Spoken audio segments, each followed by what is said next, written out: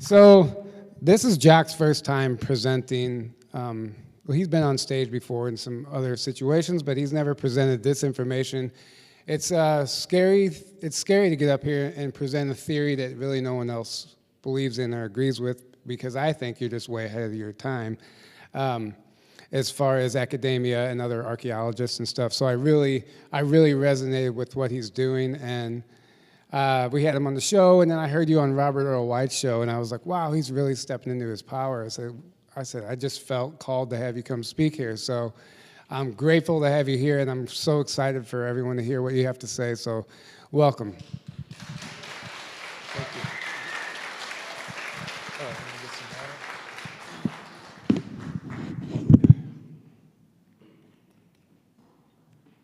Cheers. Okay. Katie Weiss was talking about channeling the chorus. Katie Weiss was channeling the chorus last night, and she talked about the magic and the power of water. So the chorus was telling her how important water is, and how we don't even know how important it is. We already know that, but we don't know all the possibilities. So, by the way, water figures in key to the terraforming theory, the continental terraforming theory, because what they were doing was building creek beds and river beds to channel water and to release the magic of water. So let's start. This is good. This is good. Boom. Okay. All right. So this is a new theory on the origin of Terra. First, I would like to thank Tyler Koala and Aaron Kuhn for inviting me to speak on this topic. They could easily have said no to a theory that challenges apparently rock-solid geological science. Would it have been possible for me to present this theory in an academic setting? Absolutely not. One, I don't have the credentials. Two, the theory presupposes the existence of advanced races. In academia, talking about advanced races out there will get you ridiculed, ostracized, defunded, detenured, and probably fired. Whom do academics use as their authoritative source on this subject? Well, they use NASA. So, what does NASA have to say about the search for life in the universe? Here we go. Are we alone in the universe? So far, the only life we know of is right here on Earth. But here at NASA, we're looking.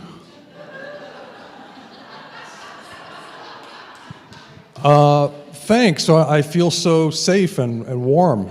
I feel, you know, real confident about that. Thanks, NASA. All right, so let's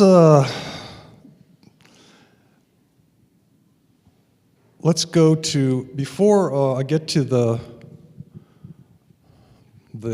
rock, in quotes. I call it concrete, but I like the word rock too, as long as one can imagine that it's created by conscious intention. It's still a beautiful thing. A rock is a beautiful thing, whether it came into existence through natural forces or by intention. So, I want to start with Empedocles.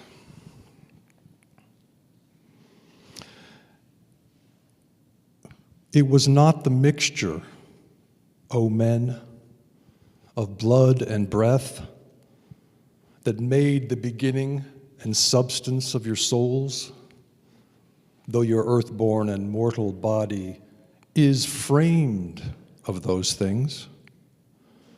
But your soul has come hither from another place.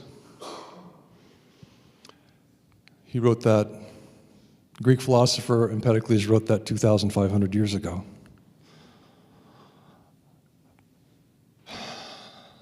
Greetings. You have come from many star systems, some of you have traveled from the future. Welcome to Grafton, Illinois.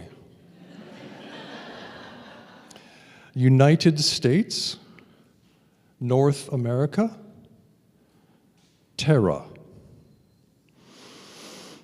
TERRA's gate address, that is her Stargate address, that is her home address in the galaxy, is 7.5.3.84.70.24.606. Terra's local address is 606, Mars's local address is 605. We are said to live on the third rock from the sun. John Lear says there are 40 planets in our solar system, and the ones we can see are the ones that are not cloaked. So, we may not live on the third rock from the sun, and may I propose that we do not live on a rock. May I propose, that is, that we do not live on a planet that came into existence through natural forces. We do not live on an accidental planet. How would we know this? How would we know for sure if we lived on a planet that was natural or artificial? Well, I'm just looking at this image, and it's called Black Crack. It's in Utah, it's in Canyonlands. Does it look like a crack to you? Because I got some other images of it, and I just want to ask your opinion. Does that look like a crack to you? What does that look like? It seems a little bit to have such a regular geometry, right? The smooth-sided interior of these, how would that happen if it was a crack that was finding random weaknesses in material? Would it be straight down like that? Just a question. I'm going to give you some more of the same thing. I shamelessly stole a whole bunch of these photos, but I think that for educational purposes. So here we go. It goes on and on and on, and we're going to see a video that's going to be an exploration, actually. Do we have the video? Oh, that's okay. We don't need it. We don't need the video. Now, this is super crack of the desert. Climbers call these open seams cracks, and that's fine. I do not believe they are natural cracks in general. I believe that they are section meeting places. I call this an open seam. So most seams that you see that I've found on the continents, section seams, join the sections together strongly. So it's a really integral building with these seams, like a seam in a garment. It's really strong, tightly knitted. Here's an open seam. It looks like it slowly came apart over time. I mean, that's just speculation. I don't know. Maybe they built it this way, but I have a feeling it used to be more integral. So these are the cracks that they climb, and they're like, thank goodness for these cracks. Well, how did a vertical line get into sedimentary material? Please tell me. Here's another crack, straight line. What's that doing there? That's sedimentary material. Sandstone. Sandstones comprise about 20 to 25% of all sedimentary rocks. Most sandstone is composed of quartz or feldspar, both silicates, because they are the most resistant minerals to weathering processes at the Earth's surface. Wait, they're the most resistant to weathering processes. Cool. Sounds like a cool accident of nature, right? What if it wasn't an accident of nature? That sandstone is all across the world resisting erosion because it's so strong. If advanced races built planets, where did they get the material? All right, this great man actually doctored this photo because there was some lint on his, and I just photoshopped out the lint because he deserves that, you know? Right? Right. Thank goodness for this man, and his legacy lives on in the alternative community because academia discards him in every possible turn, all of his work and him. He has been relegated to a man who was in love with a pigeon. That's academia's take on this guy. Oh, he's just crazy. Well, Nikola Tesla wrote an article, July 1930. It's the little article embedded in this. I'm just going to zoom in on it. Man's greatest achievement. Let's see what we got here. Let me just see. Yeah. What has the future in store for this strange being, born of a breath of perishable tissue, yet immortal, with his powers fearful and divine? What magic will be wrought by him in the end?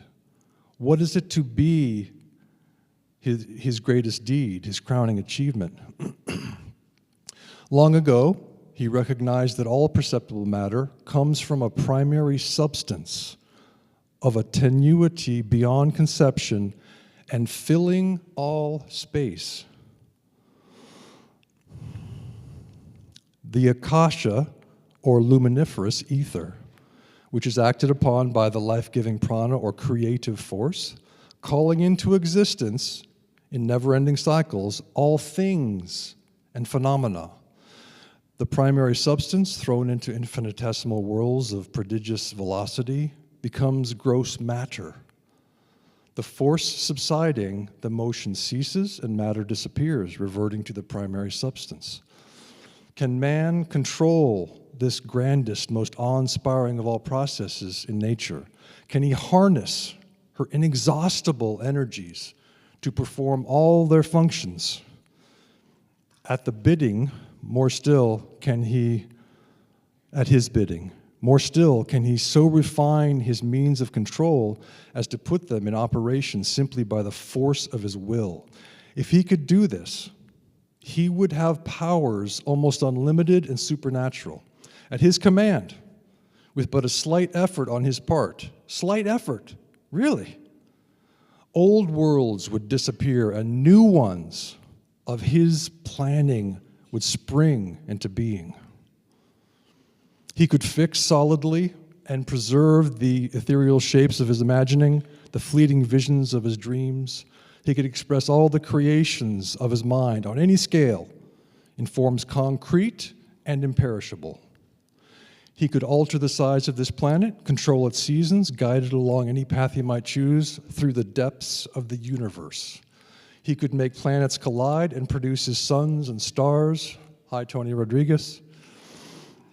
And his heat and light. He could originate and develop life in all its infinite forms. To create and annihilate material substance, cause it to aggregate in forms according to his desire, would be the supreme manifestation of the power of man's mind. His most complete triumph over the physical world, his crowning achievement, which would place him beside his creator and fulfill his ultimate destiny. Wow, beside his creator. That's nice. Beside his creator. So, we have another article, Mr. Tesla's Vision. Now, I don't know if I need to read this whole thing because the time is short. So let me just, because we got the gist of it. Let's go to Christian Huygens, Dutch astronomer, and the Dutch astronomer, physicist, mathematician, and inventor, easily as smart as Newton, probably smarter. He was, let's see, let me just find the text. There it is. He wrote a book called Treatise on Light, in which the causes, in which light is explained. He proposed that light is a waveform that travels through a medium. This is very important because academia has discarded the ether, the medium in all space, and says it's just a void out there. It's just a void. There's nothing there. So Christian Huygens said, no, light needs a medium. We know the medium's there. We can't see it. So light needs, and Tesla confirms this, light needs a medium to travel through. Tesla said light can be nothing else than sound in the ether. Sound travels through air. Without air, you don't have sound. You need a medium for light. They understood this back in the day. Modern day academia has suppressed this. It's just a void. There's no ether. There's nothing out there. Stay home, Truman, because it's really scary out there. There's no fabric to the universe, nowhere to stand. You have to stay home. All right. Now, James Clerk Maxwell, also a great man. He created Maxwell's equations, as we call them, and Tesla was a big fan of these equations. The equations talked about light, the electromagnetic nature of light, and he included the ether in his equations. So the ether has been discarded by academia, as I mentioned. They just simplified Maxwell's equations. Simplified, yay, we simplified them. We took the ether out. You did what now? You took James Clerk Maxwell's ether out of his equations? You simplified them. Yeah, Oliver Heaviside's our new authority. Oh, thanks. Well, I guess we don't have anywhere to stand. There's no fabric in space. And we'll just go with Oliver Heaviside's simplified version. Oh, thank you. I really appreciate that. You can tell I'm a little triggered by academia. You know, I'm a little triggered. Censorship triggers me. Hurting children triggers me. Academia triggers me. Okay, in the sciences. I'm not talking about English. Okay, so let's move to the next image.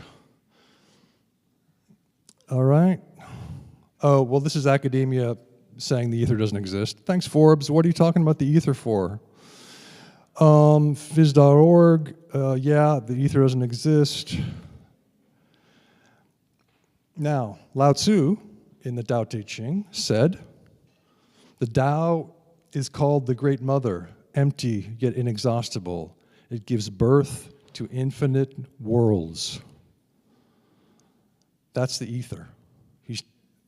The ether is the quarry for all matter, as Tesla told us. How did he know? I have no idea, but he knew. So, the Tao is like a well, used but never used up. It is like the eternal void, filled with infinite possibilities. It is hidden, but always present. It doesn't know who gave birth to it. It is older than God. All right, let's ask ourselves, would it be fun to build planets? I think it would be. Here's a No Man's Sky. We're already doing this. With all the wars and chaos in our lives and the craziness, there's some guys who have come up with a video game called No Man's Sky, which features 18 quintillion unique planets for us to visit, if we have the time, right? To be precise, 18 quintillion, 446 quadrillion, 744 trillion, 73 billion, 709 million, 551,616 unique planets that they created through something called procedural generation, okay? So why couldn't advanced races who are far, far, far beyond us do something like that? The world is frequency, the universe is frequency. They're dealing with frequencies. You know, these guys that created this video game. The advanced races could use frequencies to procedurally generate real planets, couldn't they? Just a possibility. I'm just a playwright. What do I know? Okay. So that's No Man's Sky. No Man's Sky, procedural generation, explains that. All right. This is Laniakea, galactic supercluster. Our galaxy is a very tiny dot in this. Laniakea has about 100,000 galaxies in it. The number of galactic superclusters in the observable universe is estimated to be about 10 million. Wow, okay. No life out there, NASA? Okay. So, let's go to the next. Wikipedia states, a wide range of empirical evidence strongly favors the Big Bang event, which is now essentially universally accepted. Now, none of what that sentence just said is true. There is not a wide range of empirical evidence that strongly favors the Big Bang event. And it is not now essentially universally accepted because there are a lot of authors who have written extensive, exhaustively documented books, like Eric Lerner, Wallace Thornhill, and David Talbot wrote theirs, The Electric Universe. Eric Lerner's is called The Big Bang Never Happened. There's Hilton Radcliffe. He wrote The Static Universe, by which he doesn't mean that there's nothing happening in the universe. It just means that it's not expanding. So the Big Bang gives us expansion, but there are really well-researched folks out there who've been writing about the static universe, the non-expanding universe, the non-Big Bang universe, for decades and decades and decades. So no, we don't all agree on this. There is no consensus. All right. Let's go to the next thing. Let's see if I can read this. The Big Bang was the moment 13.8 billion years ago when the universe began as a tiny, dense fireball that exploded. Most astronomers use the Big Bang theory to explain how the universe began. Isn't that wonderful? Everything came from nothing, so everything's fine, because that makes total sense. All right, here are these guys. I don't want to get too personal, but these guys are smart guys.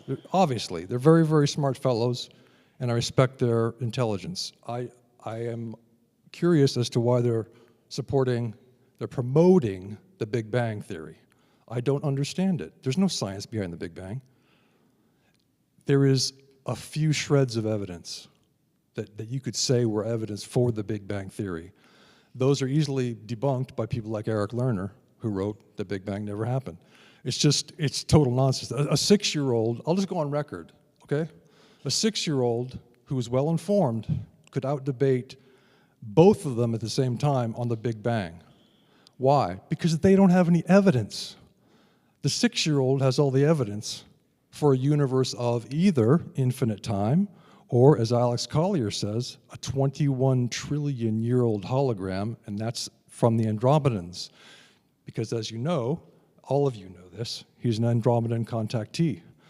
And he's been on their mothership many times, and they download information to him, and his brain is one of those brains that doesn't forget. He's given us the intel, straight on, 21 trillion-year-old hologram. Well, that's good enough for me. Science hasn't found a beginning to the universe yet. That doesn't mean that science won't one day find a 21 trillion-year-old beginning to the universe. Right now, science can only tell us that we live in a universe of infinite time. It's always been here. That's what science says, real science, not academic science. Academic science literally just pushes aside real evidence-based theories, not just the Big Bang. So I'm going to zip along, okay? This is Michio Kaku talking about the meaning of nothing. It's right here. I'm not going to read the whole thing, but he's talking about different kinds of nothing, and it's like, you know. All right, so it just really gets me. You would think I have something better to do as a playwright and screenwriter than to get all upset by Michio Kaku, who I'm sure is a very wonderful guy. But I'm in my room getting all tense every time I watch him talk. So, okay, so now I'm just searching, I just typed in Halton Arp, because that's who this fellow is, Halton Arp. Oh, it's not, my search function's not working. All right, so let me go find it. Halton Arp is an astronomer who discovered something amazing. He discovered that the redshift correlation, I'll just wing it, I can't find the text. he discovered through observation, not through theorizing, but direct observation as an astronomer, that redshift does not necessarily correlate with velocity and therefore does not necessarily correlate with distance. He came up with something called intrinsic redshift. And how did he find out about intrinsic redshift? By the way, what that means is that if you see a star in the sky, you're looking through your telescope and you see a red-colored star, this redshift is said by the orthodoxy, academia, to be the result of this star just flying away from us. So relative to us, it's just zooming away, and therefore the light, the yellow light, is shifted to the red. Well, and that's their bedrock idea for the Big Bang Theory, the expanding universe. Even space is expanding. Oh, okay. Halton Arp came along and he said, you know, I found something that disproves it. Literally one photo falsifies the Big Bang. He was then excommunicated, defunded, and he couldn't get telescope time because he has evidence that shows that the Big Bang is total, utter nonsense. Okay? Now I'm going to go into this in a bit of detail, even though we're pressed for time. You see the brown, these two brown objects. This is Markarian 205. Markarian 205 is a quasar-like object. We'll just call it a quasar for now. And this is a spiral galaxy. Let's see, NGC 4319. Now there's a little bridge that he on his own time highly contrasted the photo that Hubble site, NASA's Hubble site put up, which is blurred, darkened, and everything else. It's not a good high def photo. He just said, okay, even though you're giving us this blurry thing to hide the bridge between these two objects, I'm going to find that bridge with your image. So we high contrasted and got that. Now, I'm going to show you why that's really, really important. All this ties into the terraforming theory, I promise you. I know it kind of feels like you might go to sleep real quick, but I mean, I struggle with this stuff myself. But anyway, so there's his paper. This was written about, let's see, 87. How many years ago is that? 30 something, bunch of years ago.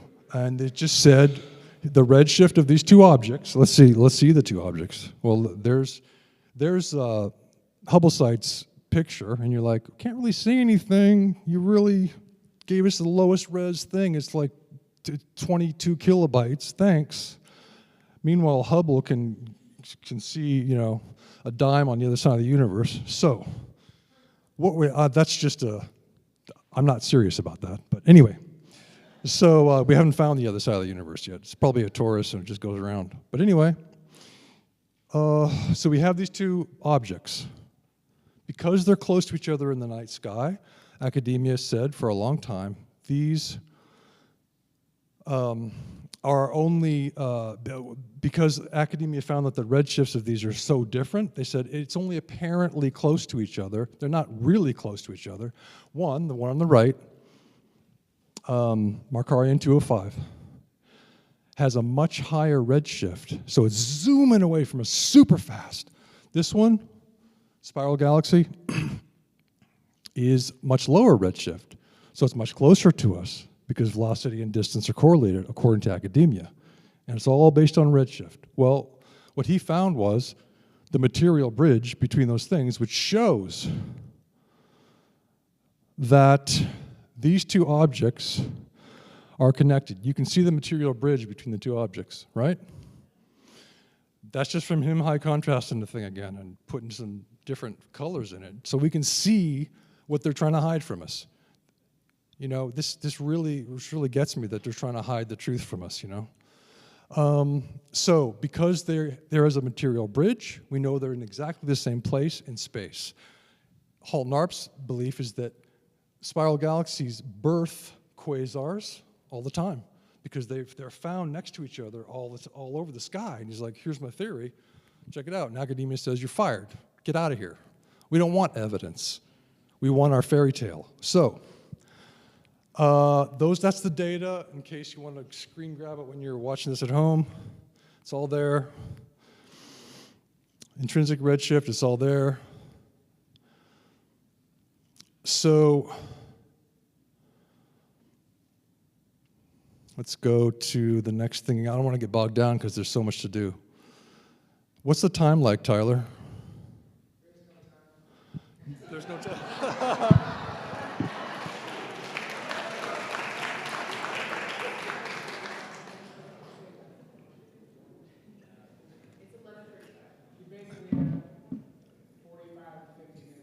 Oh, sweet, sweet. Okay. All right, so this is Thunderbolt's project. That's Wallace Thornhill and David Talbot's baby. You know, so this is Ev Cochrane, who's one of the scientists involved with the electric universe plasma cosmology guys who are outside of academia, because academia doesn't want to hear it.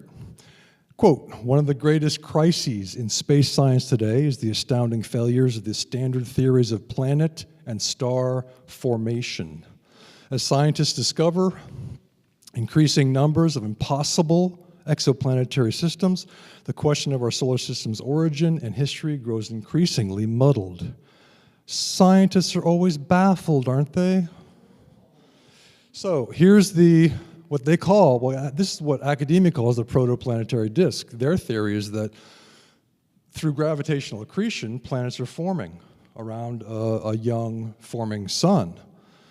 So they call it protoplanetary because they believe that gravity is going to bring together dust motes and gas into a planet. All right, so let's see the nebula hypothesis. Okay, we have that. Now Wallace Thornhill comes along. He died this year, February 7th.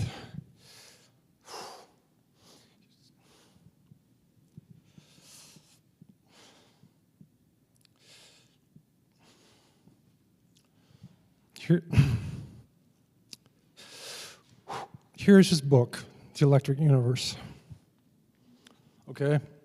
He proposes, he says, no one has been able to show how a disk of dust and gas about the sun can form planets. It is simply assumed, despite the difficulties, because gravitational theory has no other option. So the entire cosmology of academia is gravitational. That's the main force. The plasma cosmologists say no, plasma, the force of plasma is millions of times greater than gravity. Gravity is really weak. It's not going to hold together a galaxy. So we need the plasma cosmology. And that will also give us an understanding, a better understanding of planets and suns formed. So, quote, this is from the narrator of this video, Hypatia Stone, okay? The belief that our solar system formed from a collapsing nebular cloud finds no parallel in the thousands of exoplanetary systems scientists have discovered. Now, phys.org is generally an academic, it toes the academic line. I mean, it's a bit alternative, but anyway, even they admit, they say eventually most of the material from the disk, the protoplanetary disk, is incorporated into planets that orbit the star. But this new evidence, they found some new evidence looking at stars, systems throughout the galaxy, throughout the universe, actually. This new evidence suggests that there is not enough material in the disk of the average early star system to create the average number and size of planets that come to exist a few million years later. So well, if we don't have enough matter to create planets from dust and gas around a sun, where's the material going to come from? Interesting question. I wonder where. There's Wallace. Put him in twice because I love him. Here's the Truman Show.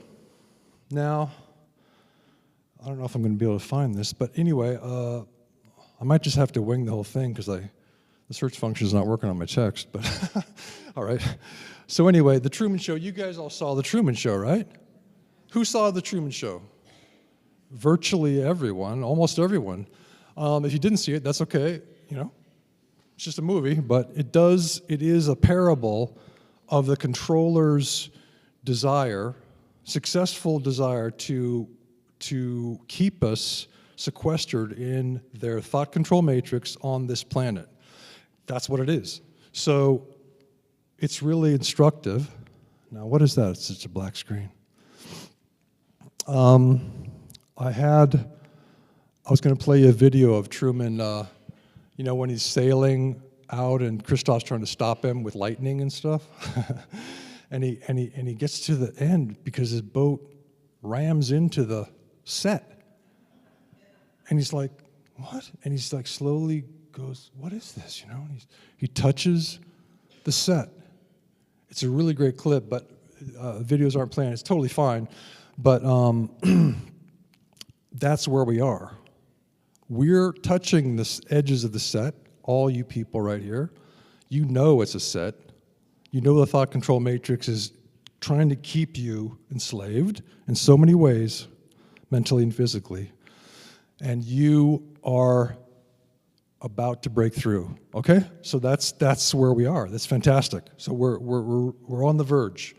So this is, I'll just read it from here. Tahir Yaqub, he has a resume the length of 2 arms. He's done so much stuff. He's published, I think it was 120 peer-reviewed papers. He's fully, you could say he's fully orthodoxical in the sense that he's working within the system. But he says, let's see, he obtained his BA and MA in physics from the University of Oxford. Oh, that's nice. And a PhD in astrophysics from the University of Leicester. He has published over 120 research papers. Cool. Okay. Now, he says, let's see. I think my slide is out of order. Let's see. Okay, anyway, he says, let me go back to him. Actually, I have if I could find the thing. Give me 1 second. Categories of evidence, that's not it. Oh, that's way down there. Oh, there it is. Okay, here it is. Just by lucky accident, I found it. Okay.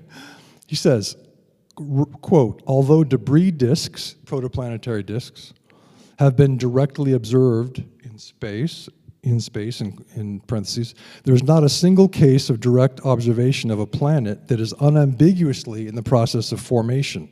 There is no smoking gun. The evidence in support of core accretion, gravitational accretion of planets from dust and gas, is all theoretical. Well, if the evidence is theoretical, then there is no evidence. Evidence is not theoretical. A theory is an idea. So there is no evidence. And this guy should know. This guy, let's see, this guy should know. So, well done, sir. Now, we keep having individuals break out of the system in a profound way, a strong way, but still the system is sort of holding on somehow. I don't know. This one talks about dust bunnies. All right, so to make their theory palatable for the idiots who are the masses, idiots, that's how they regard us, they're going to call them dust bunnies. Who's seen dust in your home? Who's seen the dust clump into those dust bunnies that skitter under the bed or in the corner? Similar to what it was like in the early solar system. Wait, what? Wow, I didn't know there was a corner in space where dust bunnies were gathering. I didn't know there was a floor in space, you know? But dust bunnies, that's their metaphor, and it's in scientific papers. I read a bunch of papers on dust, and I'm not going to go into what they said because it makes me crazy. But anyway, assuming that everything they said was true, that's great. But universally, these papers on dust begin by saying we're looking for ways to support the Big Bang Theory. in our experiment, we didn't really come to any great, support for it. But we think that, the next time we do it, we'll definitely have it, and it's to support the planetary disk theory. And so they're trying to support a theory before they begin. That's not even science. You don't support a theory, you don't go in with a theory in mind, you go in with a neutral mind, no mind, beginner's mind, and you look at the evidence and you go, which theory does this support? What theory can I create from the evidence? So, I know you guys are oh, thank you. All right, so that was the hard part. Whew. We got through it. I know it was boring. I'm sorry. I will continue I'm going to try to entertain you with some real stuff now. The etymology of tectonic. All right. So in 1867, I think it was, 1867? Yeah, 1887. Okay. So in 1887, the meaning of the word tectonic was changed. Who changed it? I have no idea. I mean, words do change all the time, but I feel suspicious about this change. In the 1650s, back in the day, before the control system maybe came in to fix everything, tectonic meant of or relating to building or construction. Now you go, well, so what? Well, that means there's a builder. There's an actor. There's a carpenter, right? Builder, carpenter, woodworker, master in any art. Master in any art. Wow, tectonic adjective. From pi root TEKS, to weave, also to fabricate. So tectonic was talking about the artist, right?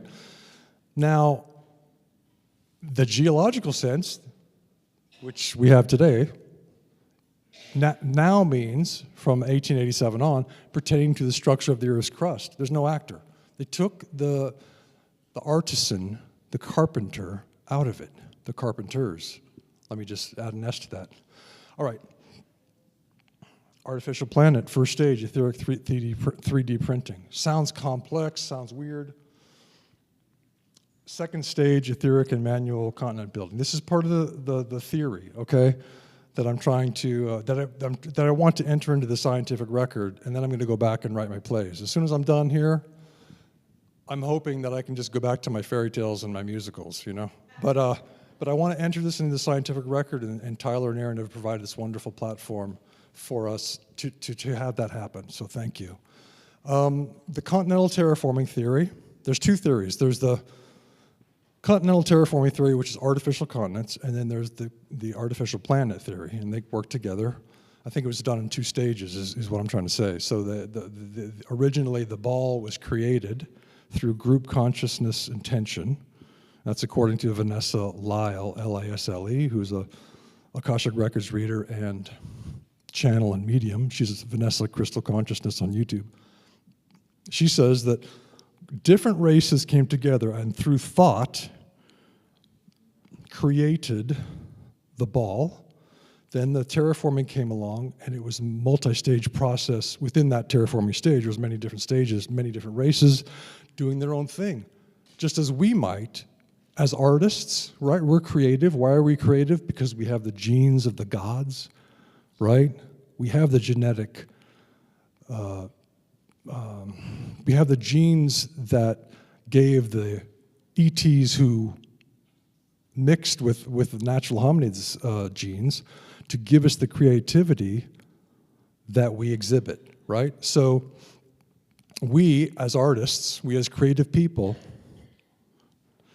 would be able to do the same thing they did, which is to create worlds, as Tesla said. So the continental terraforming theory proposes that the topographical features of our planet's continents, creek beds, river beds, valleys, hills, and mountains were built in stages by advanced races in the distant and not so distant past. Now, I know you're thinking, what about fossils? Okay, don't worry. This works with the geological theory, so we're going to get into that a little bit because fossils are key. The fossils came later. The sedimentary layers that fossils are embedded in, the theory proposes, came from granular material eroded from the original continental concrete. So this material is washed into low-lying areas, and hence the academic term fossil beds, because fossils are not necessarily found everywhere. They're just in these beds in low-lying areas. So we'll get back to that in a second. I hope I have time to do all this. Bosnian Pyramid complex. I was in such a hurry, I guess I forgot to put the word complex in there. Anyway, it's a bunch of pyramids, not just one. So Bosnian Pyramid complex. This is, in my opinion, I spent 23 months there.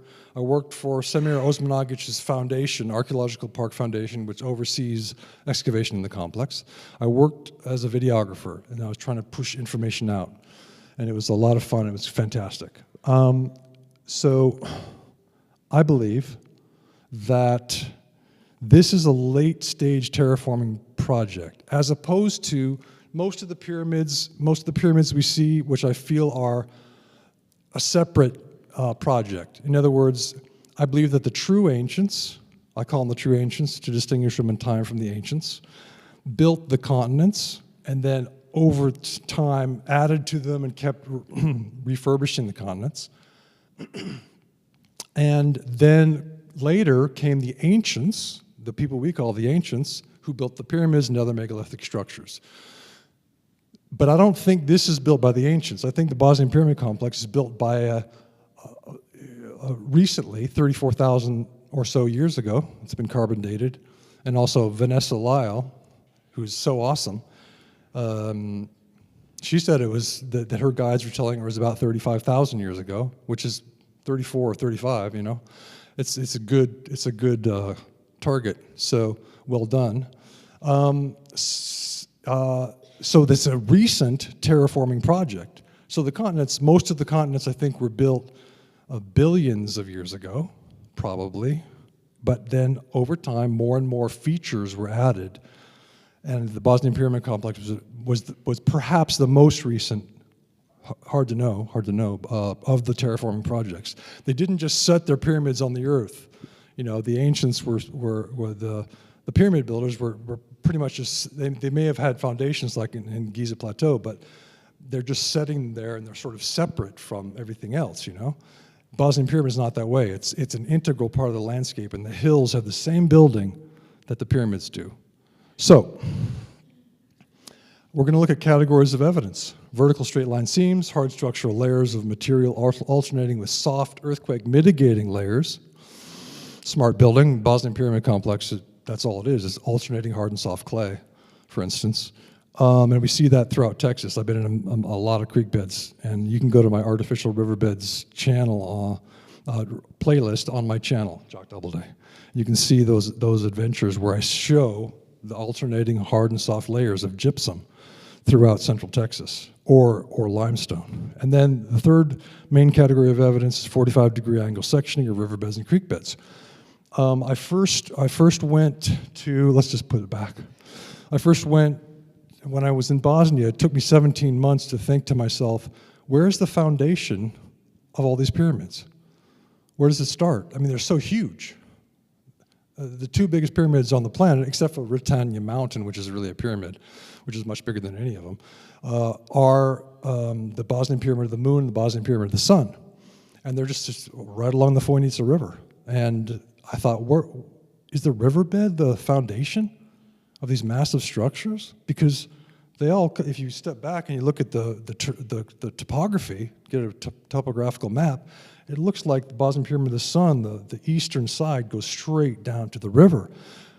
If you're in Visoko, which is where the heart of the complex is, the town is between the river and the pyramid, so it would be hard to know where from that perspective of being in the town, where the pyramid started. But if you look at the topography, it's straight down. So that meant to me that the riverbed was possibly the foundation. Someone's building riverbeds? Cool. Well, I went into it August 5th, I think, of 2015, made a video, told Semir, I think this is built. I got evidence. He goes, well, it would be a lot of work. You know, Semir's a great man. I respect him 100%.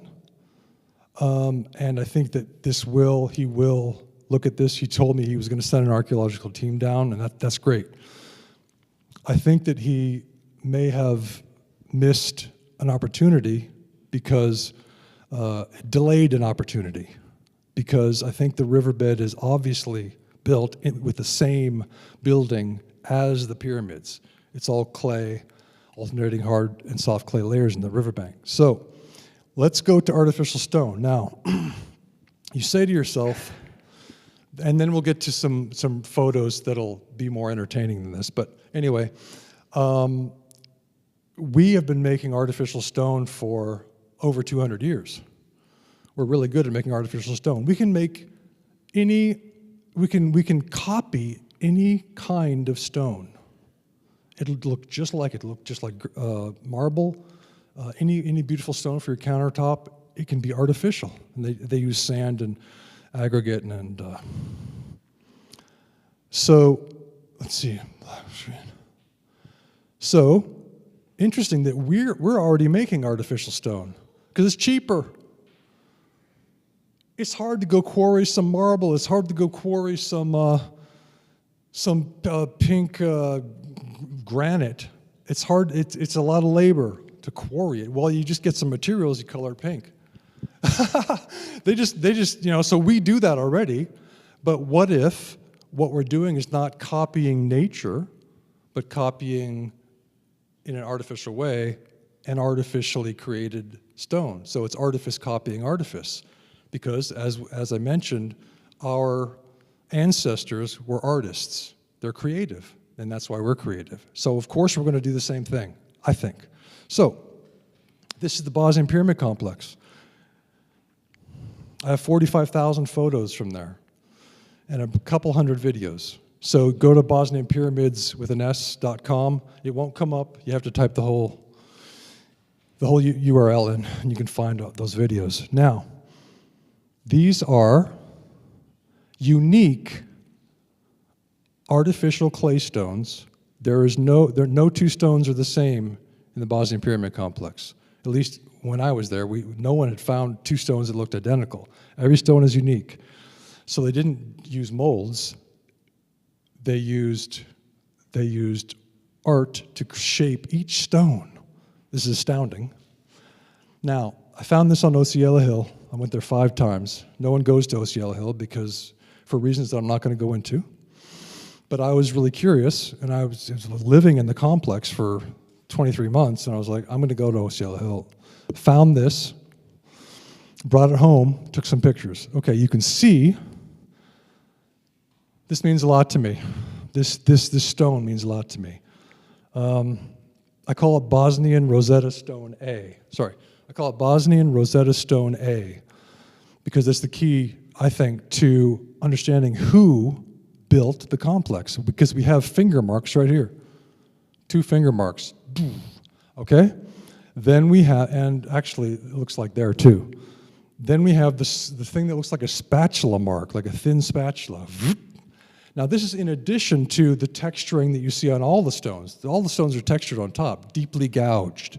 So there's a deep gouging, and then there's the fingerprints and the spatula mark, which could have been a finger mark. So because these look so much like fingerprints, my idea is that the size of the builders can be determined from those fingerprints.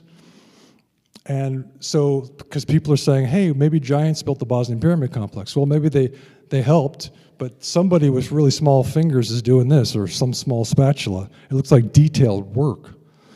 So that's an artificial clay stone, and there's hundreds of millions of these throughout the Bosnian Pyramid Complex, and they alternate with soft layers. And by the way, all the clay stones in the Bosnian Pyramid Complex, which are laid next to each other in a layer, soft earthquake mitigating clay below, soft earthquake mitigating clay above, centimeter of soft earthquake mitigating clay between each stone.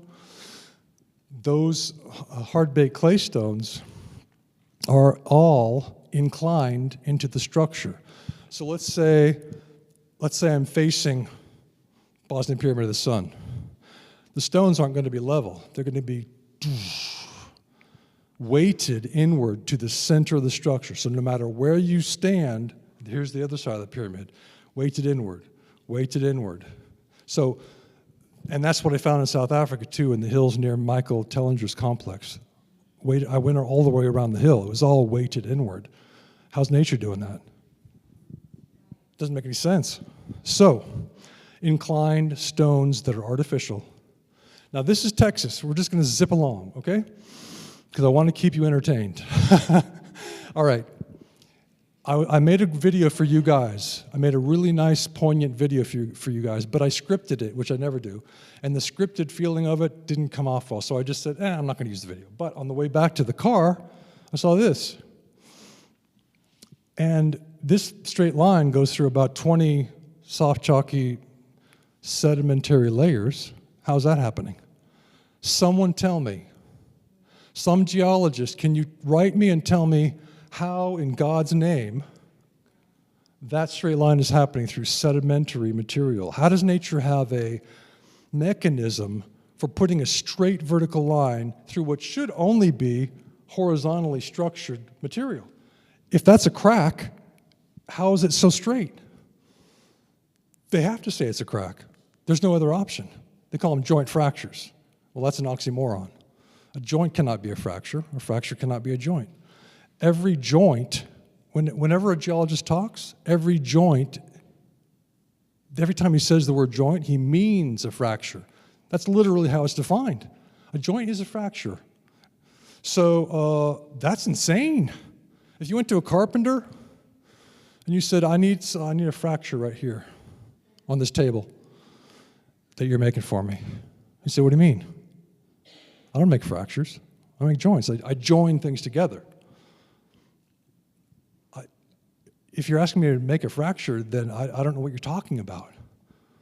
So, and yet that's what academia is telling us is happening across the surface of the continents, that everything is a fracture, even though the lines are straight, vertical straight lines. Okay, some more stuff. A joint is a break. Fracture. Wait, a joint is a break? Are you insane? I don't mean to be rude, but geologists, what are you talking about? So let's see it again. Let's see, let me read it over here. A fracture, a joint is a fracture in a rock. Say what? A joint is. Okay. Here's joint. A joint is a break, fracture of natural origin. Oh. Thanks, Wikipedia. Appreciate it. All right, so this is what Wikipedia calls a fracture, a joint fracture. This is what geologists in academia will tell you is an accident of nature. Now, this is igneous rock. Whether it's igneous, whether you're looking at igneous or sedimentary rock, there should be no straight line seams that go vertical. And in igneous rock, there should be no straight line seams anywhere, horizontal or any direction. It's molten. So, this is in molten rock. What made it molten? Was it nature, or was it conscious creation by advanced races who wanted the creek bed, Rock Creek, this is Rock Creek in California in the Sierra Nevadas, to stay. They wanted the creek bed to stay, the water course to stay exactly where they put it. And this was going to be a strong foundation for the hills on either side of the creek bed. So they're building with really strong foundations, really strong material, really strong, tightly knitted seams between the material so that the erosion doesn't take their hills out. They want their hills to stay, and they want their water course to go exactly as they planned it. So they made it strong. Now, can you see the seam that goes horizontal? I'm looking straight down. I'm looking down at it in this photo. So we've got 3 photos. This is the same seam. I'm just going along it, showing you how long it goes. It's not perfectly straight, but what is it doing in molten material? Now, that's a fairly short one compared to the 30-meter long seams that I saw in Rock Creek, which, and you'll see this later if we have time. Let's say that the river is running straight down the aisle there. The creek is running straight down the aisle. Well, they built with 45-degree diagonal sectioning. So all the seams in Rock Creek that I found went all the way across the riverbed with 45-degree angle sectioning. I found that in Texas. All the creek beds in riverbeds that I've explored have exactly the same thing. You can find those videos on the Artificial Riverbeds playlist. Now, this is Wyoming. I call this video Beautiful Nonsense because, again, in the video, I'm slightly triggered by geology because they're telling us that this is sedimentary layers. Okay, well, why is there a straight line that goes through the sedimentary layers, geologists?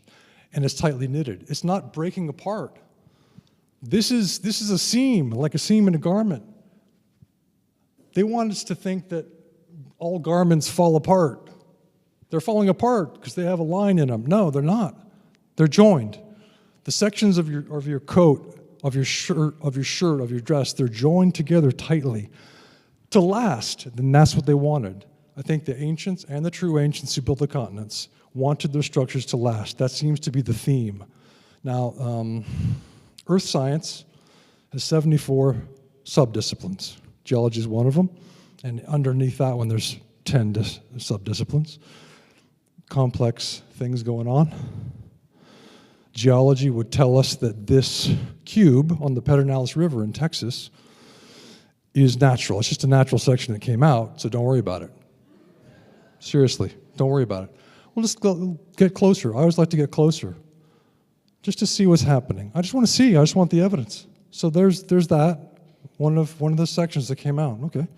Now, important point, if you can, I'm kind of breathless. I hope I'm not going either too fast or too slow for you. I want to keep you with me. This is hopefully more interesting than the beginning. Asymmetrical sectioning. So this is super important. The continent builders, obviously, once you ask the question, is what I'm looking at natural or artificial on the terrain of your planet, then you go, interesting, it could be artificial.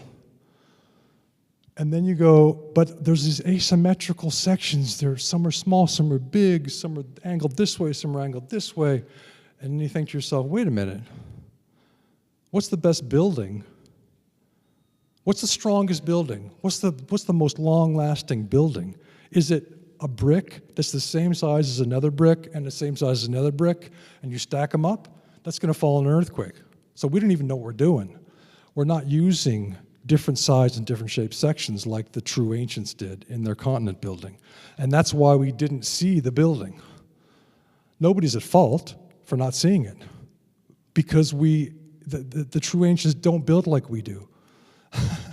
We're just idiots. Sorry. But if we copied the true ancients in their continent building, we'd have stronger structures. You guys have seen Sacsayhuaman, those polygonal blocks, right? They're not little rectangles that are stacked up. They're all different sizes and different shapes. I mean, radically different sizes. Strong, super strong building. So, asymmetrical sectioning is the key thing. Here's some more asymmetrical sectioning. This is, what does it say? Oh, Grand Staircase Escalante National Monument, Southern Utah.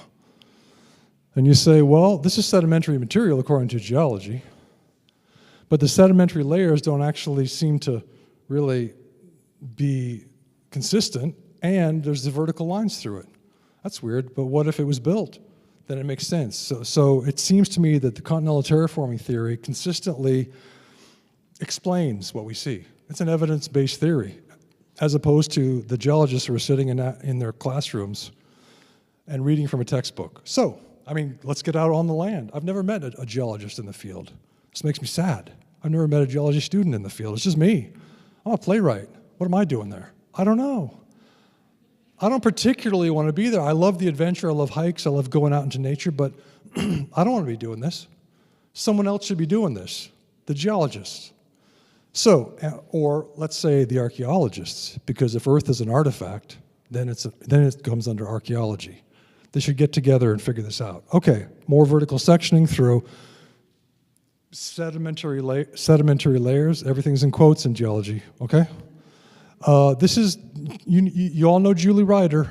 Let's give her a hand. Julie Ryder, Montana megaliths, right?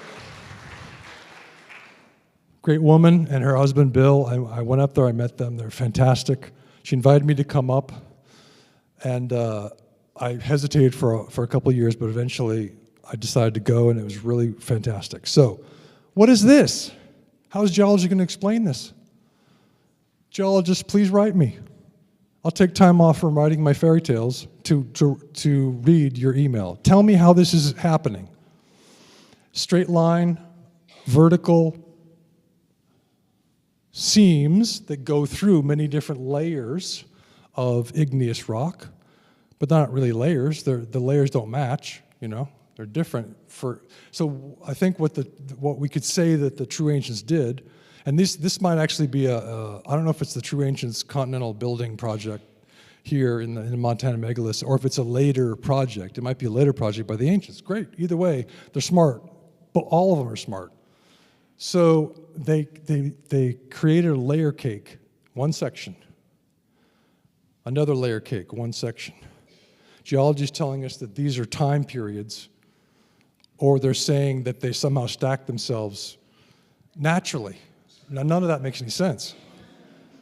How can nature do that? Well, we're just going to move on. And notice the internal curve, too.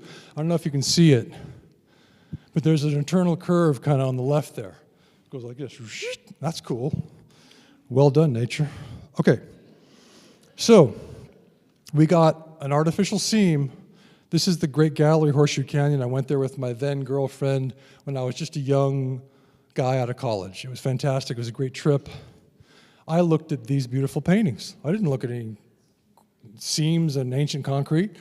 It's sandstone. So now we got a natural fracture in this material, whatever you want to call it. That's what a fracture looks like. Now, is this a fracture? Is that straight line a fracture? Let's look at some more. Now we got 3 same angle vertical straight lines. They're not perfectly right angle. That's fine. It doesn't have to be. Straight line, straight line, straight line. Everyone's looking at the paintings. I would too. I want to look at the paintings again. But I also wanted to make a video on the darn concrete. That's not sandstone. It's sectioned concrete. We haven't been able to see this because we have simply been told that it's natural. That's it. So, I mean, there's no advanced races except for us. We didn't build it. We didn't build that or this, right? We didn't build that. So it must be natural. It's got to be a crack. So the premise is the problem, that we're the first advanced race in the universe.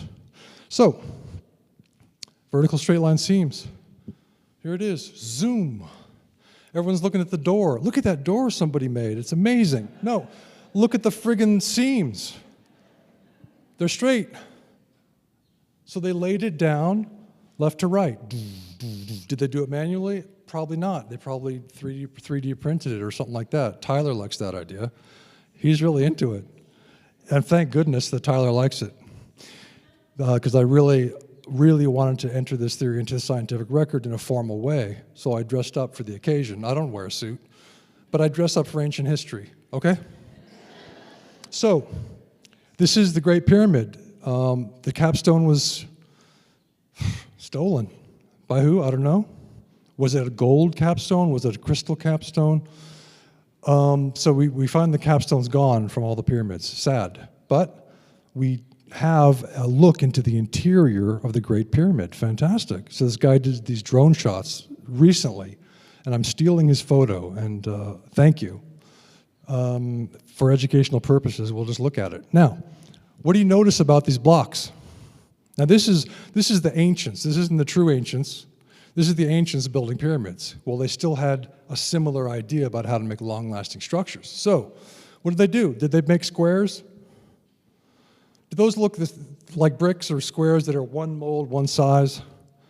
They're not even right angle, a lot of them. A lot of them have curves in them and, different shapes. They're not quite square, and they're just sort of stuck together real hard for earthquake mitigation, is the theory.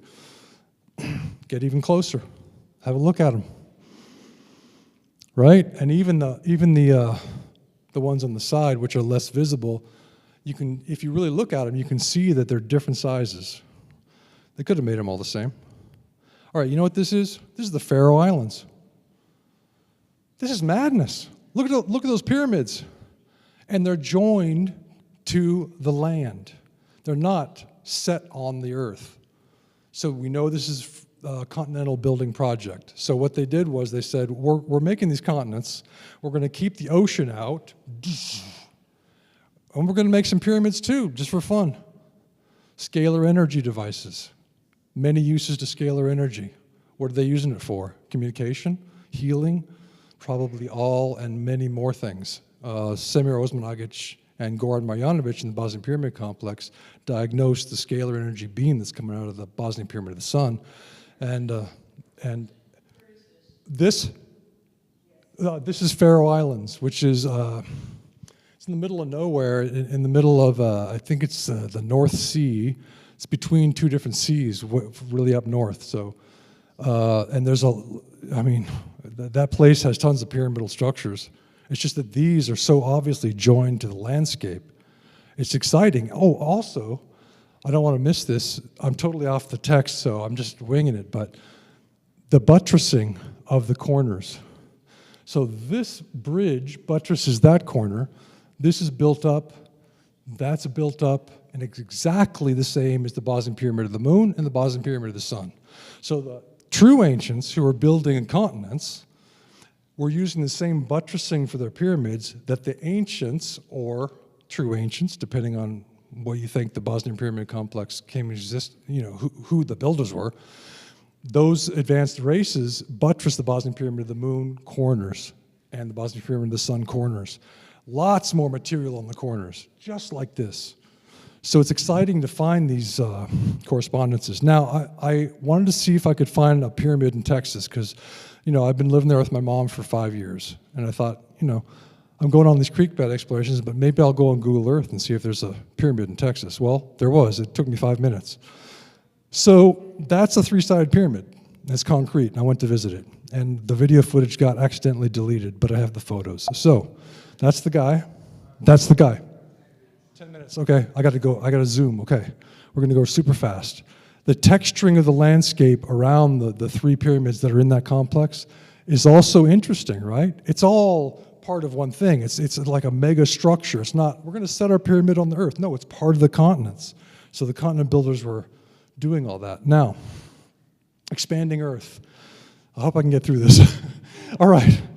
So James Maxlow wrote 5 books on the expanding earth. Super important because geology never knew what to do with the young seabeds. These seabeds are only a few 100 million years old at the oldest. They radiometrically date the stuff, and radiometric dating is really strongly is a strong science. So I was looking for weaknesses in dating. I couldn't find any weaknesses. So, but anyway, here's the mid-ocean rift. That's where the volcanic material is coming up, and the volcanic material is spreading the seabeds apart. And geology comes along and says, well, the Earth's not expanding even though the seabeds are growing. Wait, what? It's not? Yeah, it's being subducted. The plate's going to subduct under another one because that plate's so friendly, it will just go under. Isn't that wonderful? Well, it's total nonsense. It makes no physics sense. It makes no physics sense. If 2 plates come together, they create rubble. They don't go, oh, thank you. I'll get recycled so that the seabed can stay the same size so that we don't have an expanding Earth. Why does academia not want an expanding Earth? You got me, except that their general rule is don't tell the slaves the truth. Okay, so we can see the stretch lines in the seabeds, right? Pacific Ocean floor, stretch lines from the expansion. And it does what it should do if you're expanding a globe, which is the lines are going slightly different directions. Kind of down, kind of straight over. So this is what's happening. The continents remain the same. The continents remain intact over time as the seabed slowly push them apart. So James Maxlow says that there was a, this is the geology's conception of the supercontinent, which is getting there. It's getting close. James Maxlow says, let's take out the ocean. Take out the water, and you got yourself a ball of rock. About the size of Mars, 50% diameter of our planet, The land area of the Earth is approximately equal to the total surface area of Mars. So if you take all the blue out, all that land area shrinks down to just about the size of Mars. Okay. Now, the Hadean, I hope I'm pronouncing that right, era, the most archaic era, all right, eon, I should say. We should know about that because he's going to talk about that in a second. All right, so that's James Maxlow on the origin of continents and oceans. That's a good title. That sounds great. The origin of continents and oceans. This guy knows that? How did he figure it out? Well, he's a retired professional geologist. He worked for mining companies, and specifically gold mining companies and others, for years, his whole career. So he knows something. Here's another book, Terra Non-Firma Earth, Plate Tectonics is a Myth. So we have, this is James Maxlow. Thank goodness for this guy. He's got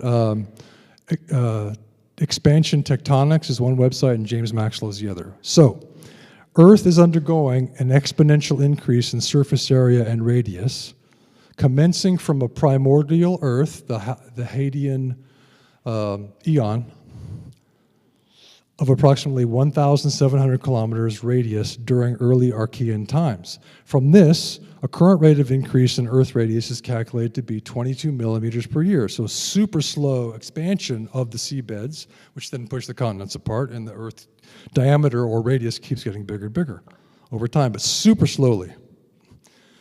All right, microns per year. So let's see. Prior to the Triassic period, the ancient supercontinents existed as a complete supercontinental crustal shell for approximately 94% of early Earth history. Wait, what? 94%? So most of Earth's history was a continental shell with no oceans? That's astounding. So really, the expansion has occurred only in the last several hundred million years, is his theory. That's what he sees from the dating, the radiometric dating. So he's got the data. The supercontinental crust covered the entire Earth with no large intervening oceans. Okay, this is cool. This is cool. So then you see why there's two theories. There's the artificial planet theory. James Maxwell, as far as I know, doesn't believe in the artificial planet theory, but he's trying to figure it out all through natural forces. But I think if we bring in these theories, the artificial planet and the continental terraforming, then we begin to have these two make sense. They dovetail: expanding Earth, hollow Earth, and artificial Earth. So, Triassic fauna and flora, these are large animals. Why are they so large in the distant past? And everybody knows the Jurassic, right? So, why are these animals so big? Well, academia says it's because there's more oxygen. Well, okay, I mean, thank you. That's a good theory. That's a good theory. But what if the planet was half the size, a quarter the size? He says that it was 27% of our present day diameter back in the day in Archean times, 27%. So it's basically 1/4 the size. Imagine how easy it would be for dinosaurs, large animals, to move in low gravity. That's presumably why they grew so large. Not just animals, plants, fungi, insects.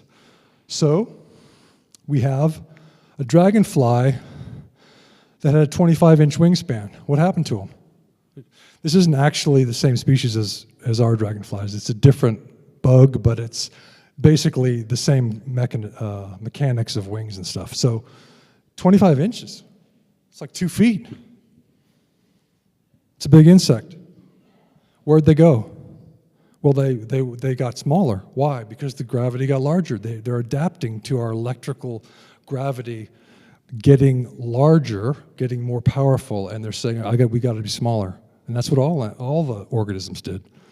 All right, so here's some diagonal sectioning. I think we might get through this. Okay, we've got like 4 minutes or something. Okay, so diagonal sectioning on 3 continents. So I put this collage together. You can screenshot it and get all that intel about where these are. I'm going to get more. Now, the text kind of obscures this a little bit. This is just, well, it's right near my house, about, I don't know, 10-minute walk away. I'm just going down to this gully. It's just a gully. It's not even a formal creek or a river or anything. So you can see now the creek, I'm just going to stand here for a second. The creek goes straight down right there. So that's the direction of the creek. When I mention 45-degree angle, I'm always talking about that in relation to the flow of the water. So the flow of the creek, the flow of the river. Here's the 45, zoop. Here's the 45, zoop. And check out my videos. It's all 45s. Not all. There are different angles involved, but the primary angle of construction for riverbeds on 3 continents that I found is 45-degree angle. Why? Why do you guys think they use 45-degree angle? Strength. Who said strength? Yes, that's what I think. I don't have the memo. I don't have the memo that says, let's do this for strength. But we just look at our evidence. That's all we can do. And we continue to see the 45-degree angle. The theme has always been, let's make our structures long-lasting. That's the feeling that one gets. So let's think about the terrain. Geologists say that tectonic plates are meeting and creating hills, folded topography, and mountains. That's total nonsense. It would be rubble. So, what did the continent builders want to create with their mountains? Was it something living? Why is it folded? Is it like a brain? Did they want it to be living? Well, Tesla said crystals. You know, our Earth is crystalline material. Tesla said crystals, in a crystal we have the clear evidence of the existence of a formative life principle, and though we cannot understand the life of a crystal, it is nonetheless a living being.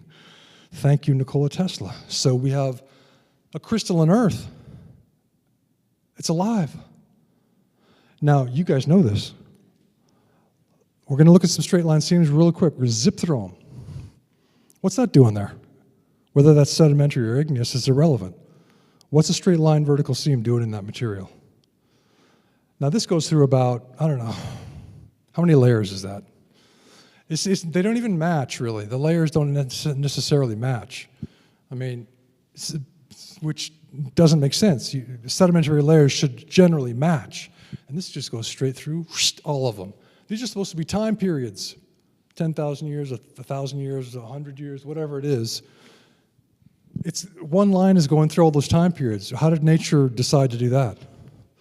Just a question, geologists. Here's that line I was telling you about. That's Rock Creek in the Sierra Nevadas. That's a 45-degree angle to the flow of the creek line that goes for 30 meters. It's straight. Really, it's igneous material. How is it straight? What the hell is this? I should calm down, but I'm kind of freaked out. I should calm down. There, I sound like Russell Brand on his videos. He's like, look at this geology. Okay, so I'm just going to calm down. We got 2 minutes or whatever. How is this happening, geologists?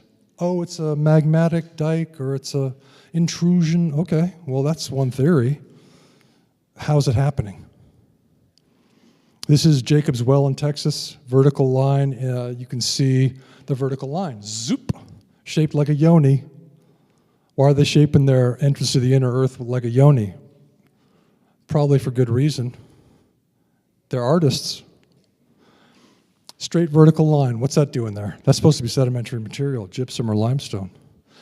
Straight vertical line, this is the Grand Canyon.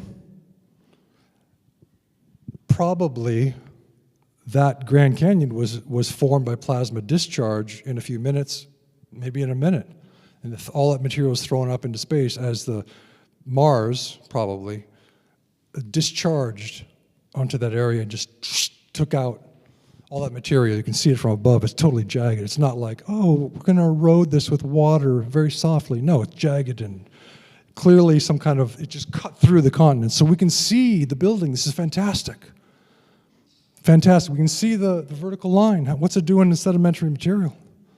Here's some polygonal columns, and you see this all the time. You see these cool photos, but what about the layering? How is this, even if you believe that this could happen naturally, these columns, polygonal columns, how is it layering itself as it goes up? Regular layers? Weird. I mean, I don't want to question orthodoxy, but here's a crack, by the way. This is really near my house. An oak tree fell on this. You never see cracks, real cracks in this material. It's so hard. They built to last. This oak tree fell on this and cracked it, so now we know what a real crack is. That's a crack. That's not a seam. That's a broken section because a tree fell on it, a huge oak tree. Inclined layers. Well, we got to keep the ocean apart from the land, so let's and then make it strong. Incline it into the structure. Okay, just like Bosnia. Cool. Same thing, South Africa, right near Michael Tellinger's compound. I just went out the last day I was there. I made some videos with him, and then the last day I went on my own, and I looked at some hills. They're all inclined into the center of the structure. See the steep inclination of that stuff? Man, oh man. Okay. Bosnian Pyramid Complex, again, alternating hard and soft layers, earthquake mitigating, structural to keep the soft layers in place over time. Inclination, it's weighted inward. It's strongly weighted into the structure. All the structures are that way in Bosnia, in the Bosnian Pyramid Complex, strongly weighted in. Okay, fossils. I can't go into it because we have no time, but fossils were used, I'll just say it in one sentence. Fossils, I believe, were used by the true ancients who built the continents to harden, to make their material even harder than it was. We have this quote, fossils are often more resistant than the surrounding rock, which is known as the matrix. Really? So maybe they're chucking in fossils, and that helps us, in the multi-stage process of continent building through time. Oh, life has appeared on Earth, brought here, okay, or evolved. Either way, both. Life is here. We got shelled organisms. We, the true ancients, are going to chuck some calcium carbonate, which is a glue, and that's why the organisms use it, into the surface of our concrete to keep it even harder than it would have been. Wow, cool. I just found that just a few days ago. So I'm going to just quickly end with this. On the same note, calcium carbonate, Semir Osmanagic, who discovered the Bosnian Pyramid Complex, he also created Stone Spheres Park. He just made a beautiful park where these stone spheres happen to be. So one of his workers found this massive sphere, it's the megasphere, and they uncovered it. Now, he did samples of the stone spheres versus the natural material the stone spheres were in. What he found was that the stone spheres were missing an element. The quartz had been taken out. So the silicon dioxide had been taken out, and in place of it was a hardener, manganese, and a glue, calcium carbonate. So the seashells know exactly what the ancients knew. Calcium carbonate is going to keep your structure glued together, keep it strong. So these have lasted through the ages. So calcium carbonate's a key. So there's that. Tyler, I see you coming up. Check out my article, Megasphere. There it is again, pretty big, huh? That's one of 80 balls. A bunch of them went down to the ocean in a big flood. But that's the biggest one, and guess who ignored it? Archaeology Magazine. I wonder why. How come there's a moratorium on Bosnian archaeology since the discovery of this in Archaeology Magazine? I've documented that. Okay, well, let's just end on that. We'll just end on that. All right, thank you very much. I really appreciate it. Thank you. Thank you.